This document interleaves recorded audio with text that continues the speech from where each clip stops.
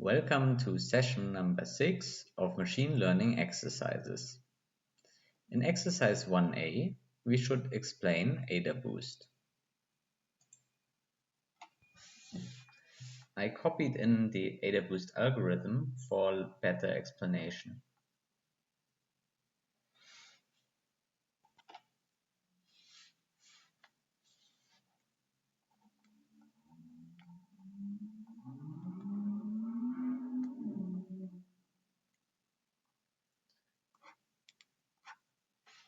So the best way, I think, to start with explaining what AdaBoost is and how it works is to discuss the major differences between AdaBoost and bagging.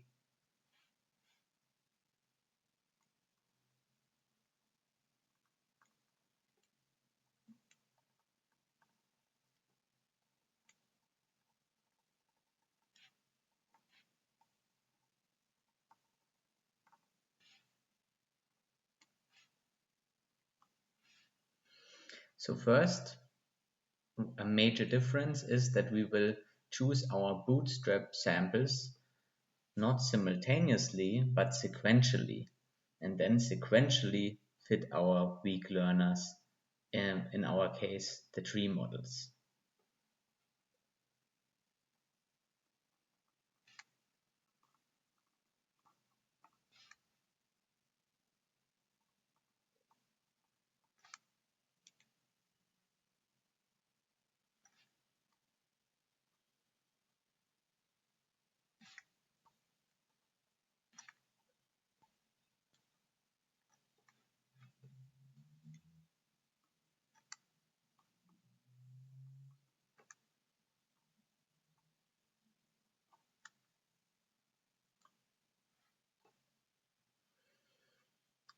Then we won't draw the observations with equal probabilities as we did in bagging, but we will draw them according to weights.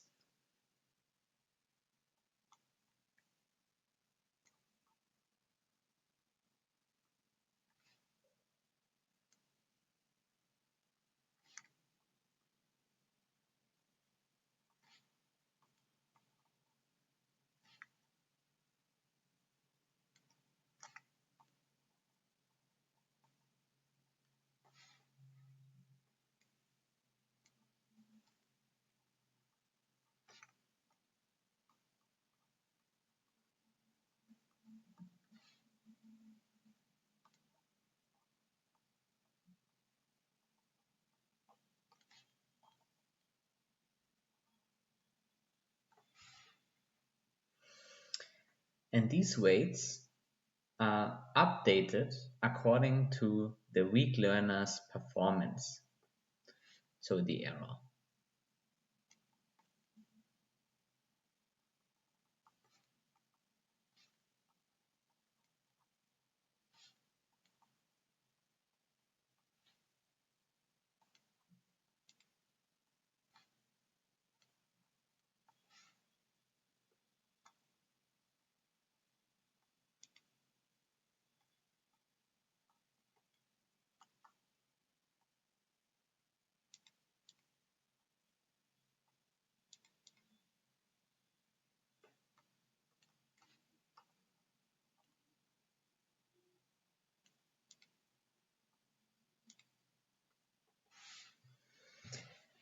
Okay, so let's say that we have the data with n observations and p features. Okay, so this matrix, it should be you should be familiar with it. Then now, before we start our algorithm that you can see, we will create a weight for every observation in the data set. So here W1, oops, W1 is associated with this first observation, and then W2 with the second one, and so on until Wn is associated with the nth observation in the dataset. So now let's talk about how this algorithm works step by step. And we go and begin with the first iteration. So then small b is equal to 1.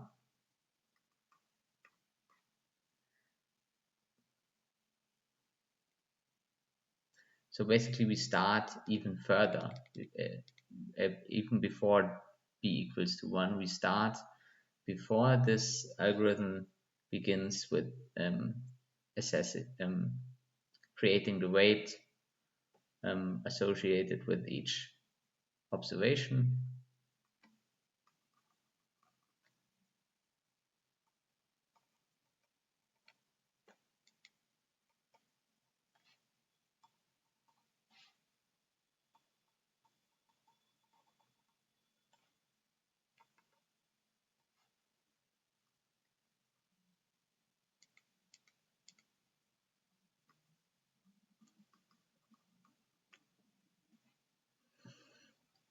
And before applying this algorithm, these weights will all be equal to 1 over n.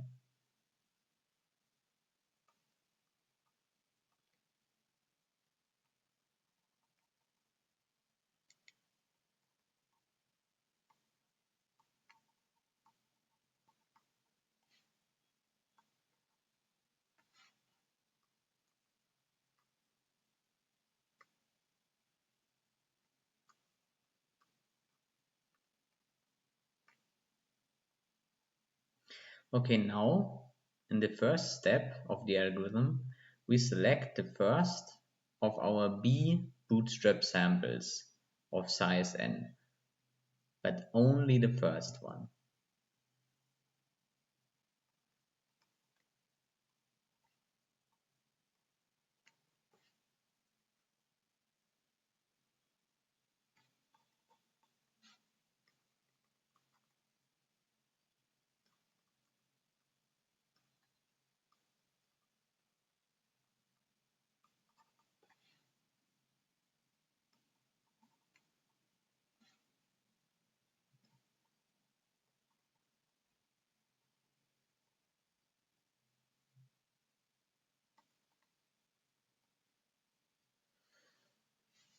Now, in this first step, all the weights are still equal to one another, and therefore the probability of picking a observation is always the same for all the observations. So in this first case, in this first draw of the first bootstrap sample, it is like selecting a bootstrap sample in bootstrapping or in bagging.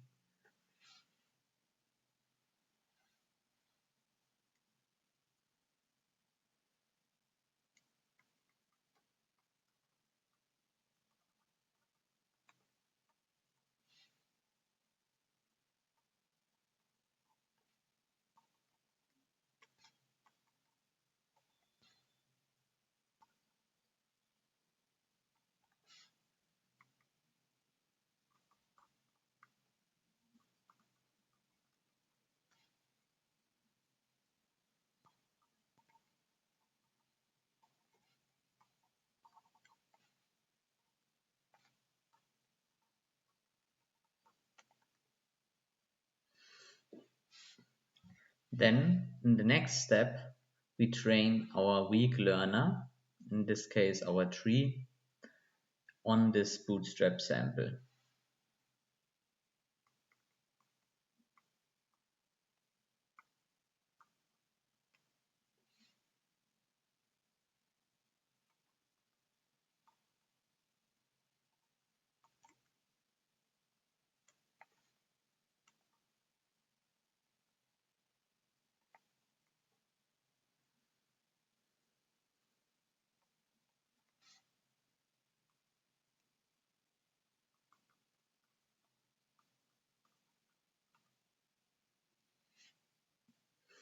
Now, as we have this trained model, we can calculate our error matrix and the amount of say this model will later have in the combined ensemble model.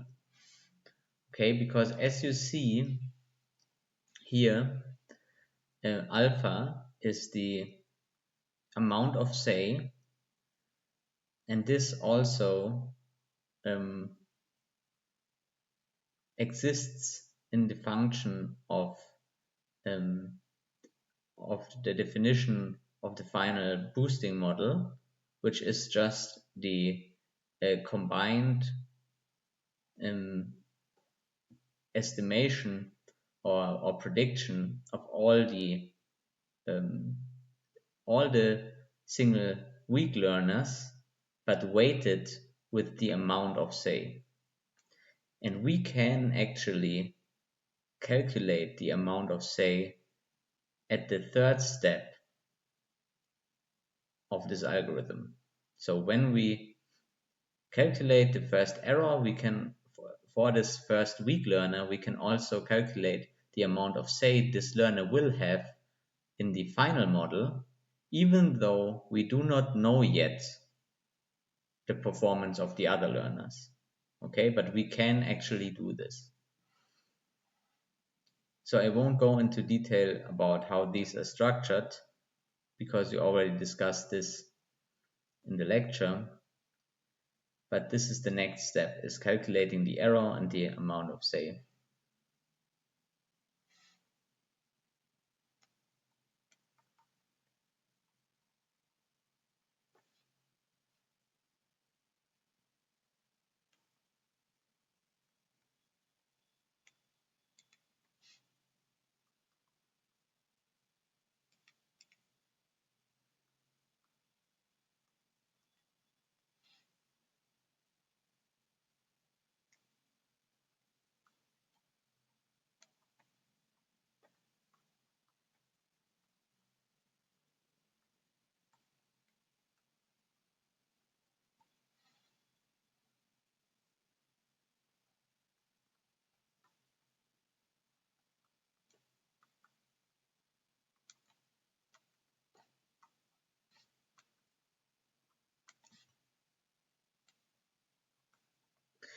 And I call it the weak learner because this actually doesn't always have to be a tree model. Okay, this could also be a different kind of model, let's say a linear regression model.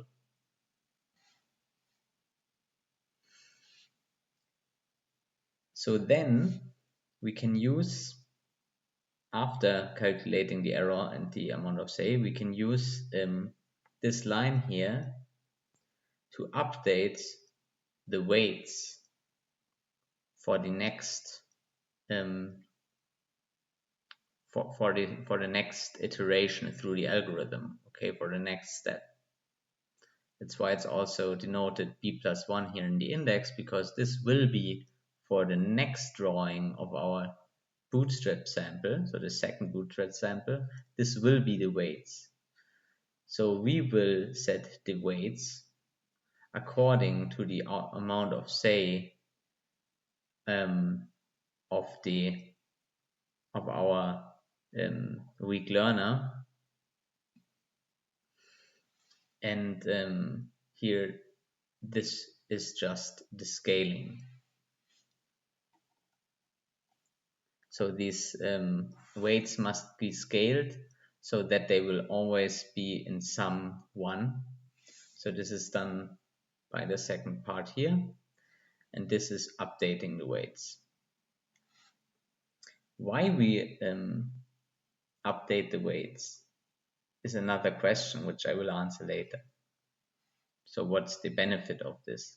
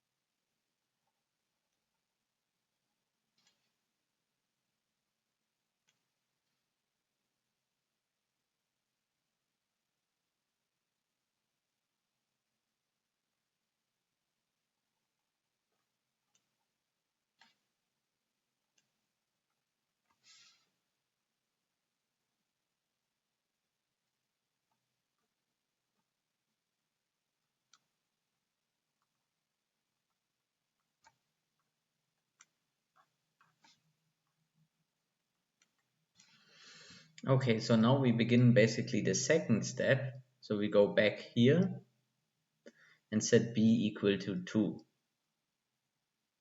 And now we will draw our bootstrap sample again, so the second sample, and we will not draw it randomly, or we'll at least not draw it with equal probability, but now we will draw each observation according to the weights or with the probability that are measured by the weights of these observations. So some observations with higher weights will be more likely to be drawn and therefore occur more frequently in the bootstrap set for this step of the algorithm um, than others.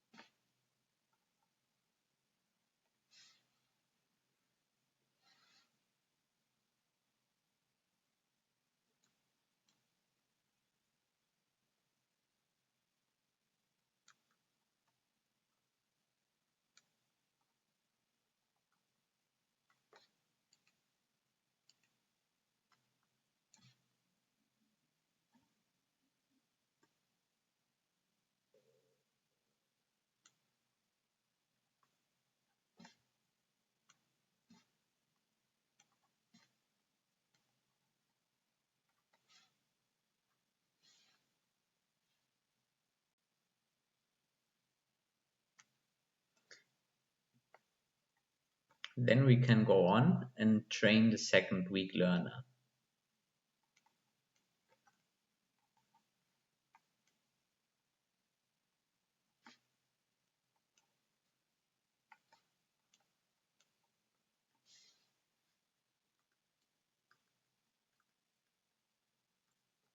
We can then, in the next step, calculate the error and the amount of say of that learner.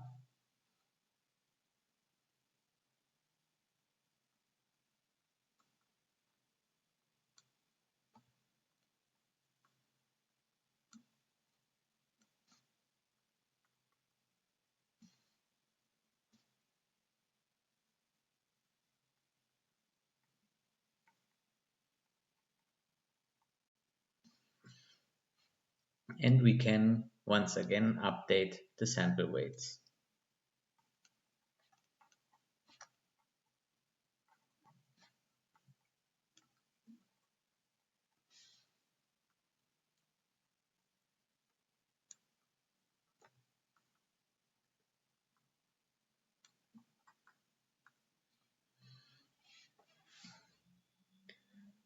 And then we will repeat this process until we have reached the bth learner, so the final learner, which is calculated on the basis of the bth bootstrap sample. And then we can create this final boosting model as the sum of all the weak learners weighted with the respective amount of say.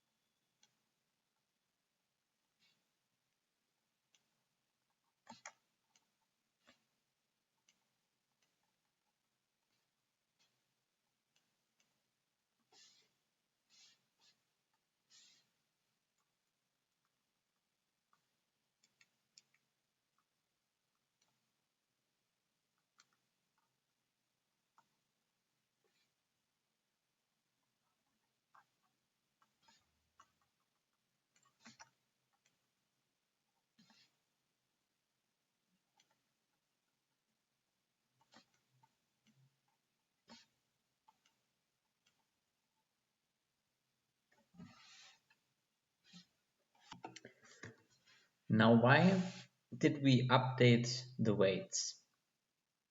What does this, what is the benefit of this? So if we update the sample weights according to our errors, we will get bigger weights for samples that we did not perform well on, and smaller weights for the ones that we did perform well on. So this way, the ones that we did worse on will be included more often in the next bootstrap sample. So these observations will be included more often, which will lead the next weak learner that is trained on that bootstrap sample to become basically a specialist in predicting these problematic subsets. Okay, and then by combining both, this first model that was very good at predicting a large portion of the sample, and then the second one, which is basically a specialist on the ones the first one was not so doing not so good at. This will then in combination yield a much better learner, or not learner but much better model. So this final boosting model, which is basically a combination of a lot of then specialized smaller models.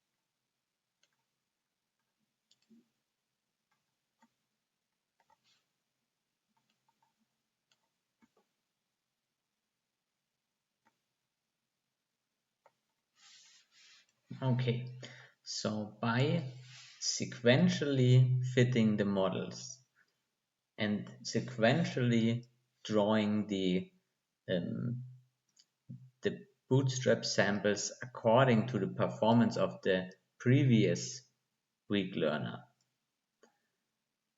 we will create these more specialized weak learners, and then in sum this will yield a very good ensemble model.